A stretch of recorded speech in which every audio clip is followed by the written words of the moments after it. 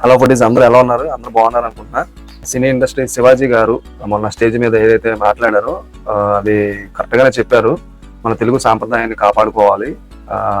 Heroines ఎవరైతే ఏదైతే ఫంక్షన్స్కి వెళ్తారో, గ్రాండ్ ఓపెనింగ్స్ అని, సిఎంఆర్ షాపింగ్ మాల్స్ ఈ టైప్లో ఓపెనింగ్స్కి వెళ్తూ ఉంటారు. వాళ్ళు ఏంటంటే ఆఫ్ డ్రెస్సులు వేసుకొని వెళ్ళడం వల్ల జనాలందరూ ఎగబడిపోవడం వల్ల చాలా ఇబ్బంది పడుతున్నారు.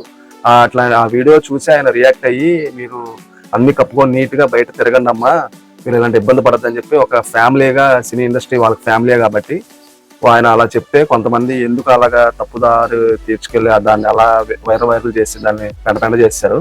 ఆయన చెప్పింది ఓన్లీ హీరోయిన్స్ మాత్రమే, కానీ సైడ్ క్యారెక్టర్స్ చేసే వాళ్ళు మధ్యలో ఎందుకు ఇన్వాల్వ్ అయ్యో తెలియదు.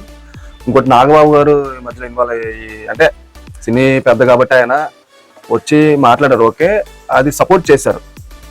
ఏదైతే అనసూయ గారు అన్నారో ఆ మాటలకి సపోర్ట్ చేశారు. ఇది అయితే నాకు కరెక్ట్ అనిపించలేదు.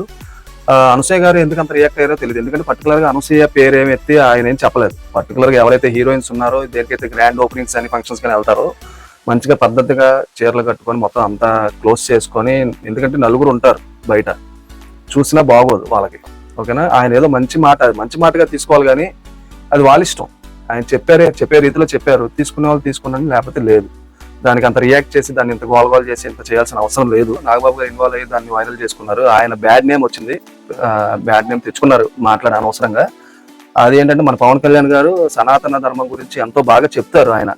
అట్లాంటి మాటలు ఈ హీరోయిన్స్, ప్రెసెంట్ ఉన్న హీరోయిన్స్, మన తెలుగు హీరోయిన్స్ తీసుకొని వాటిని పాటించాలి, కానీ ఏదో శివాజీ గారు అన్నారని చెప్పి దాన్ని తీసేసుకొని దాన్ని వైరల్ చేసేసి, శివాజీ గారు మాట్లాడిన దాని మీద ఎంతమందికి ఏమనిపించిందో కింద కామెంట్ సెక్షన్లో మెన్షన్ చేయండి.